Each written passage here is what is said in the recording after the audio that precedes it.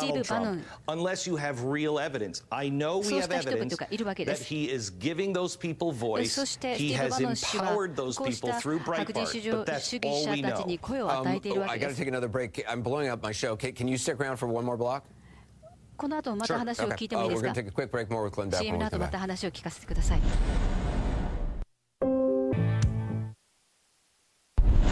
And continuing the conversation tonight with the Blaze's Glenn Beck. Glenn Beck 氏と話を続けたいと思います the fear that some people in America feel tonight and have felt this past week. I think back to when President Obama first got elected, and many certainly in the media were following that story very closely. You didn't see a lot of stories on the evening news, the day after President Obama was elected, about half the country who were in mourning or upset or angry or fearful, which the day after this election, I turned on some television show and they were interviewing a psychiatrist about what to do about the depression and the fear that you now feel.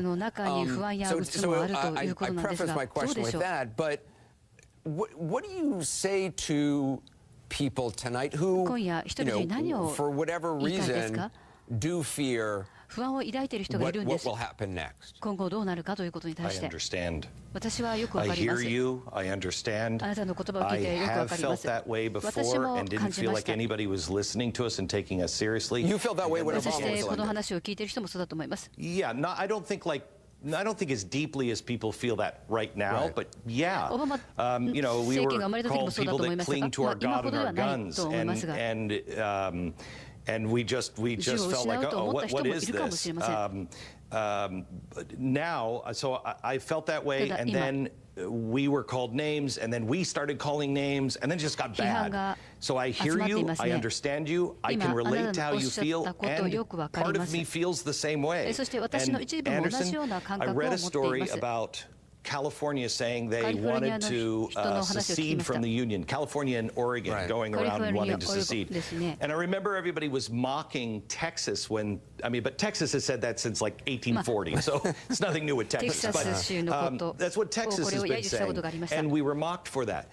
Here's what I would really like to get: the balance of power of the House and the Senate, the three branches of government, executive, legislative, and Supreme Court. That's why that balance is so important. That's why people like me, the constitutionalist, have been saying, don't give the president so much power. The president should not be able to make me or you ever worried about what's going to happen in our personal life. He might be able to make us worried about our culture and what is he going to do to our culture. That I understand because of his bully pulpit, but he shouldn't be able to cause this much fear. The balance of power is out, and when the balance of power is right and the government is right-sized, California still can be California. It can be, in my opinion, as crazy as it wants to be, and Texas, in others' opinion, can be as crazy as it wants to be. But we're still brothers in the union, and we're allowed to be ourselves. Do you think, from what you've seen so far, I mean,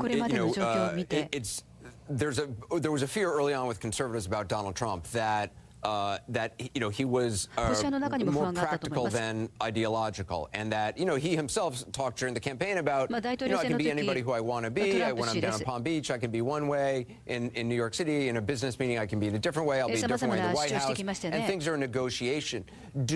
Is that a concern of you? That and it's something President Obama said, that he's more practical than he is ideological. Do you think that's true of him, and does that work? No, I would like a practical president, but I would like to be able to have his practicality based on principles and not just who I'm in the room with. And that we wait to see that. Hopefully, he's a very practical man. I think Selena Zito said it the best. This is the best explanation of what happened last Tuesday I've ever heard, and it was from Selena Zito, and she said the people like me took him literally, but never seriously. But his supporters took him seriously and not literally. I don't know which way to take him, and only time will tell. When you said Celine for a second, I thought you were going to quote Celine Dion, and then I thought, Glenn. No. No. How are you possibly going to bring Celine Dion into this? Yes. I'm not. Yeah. Glenn Beck, it's always good to talk to you. I really, as you know, I love having you on. So thanks very much, Glenn, and we'll continue this discussion. Up next, President Obama in his last overseas trip, how world leaders view the incoming commander-in-chief when 360 continues.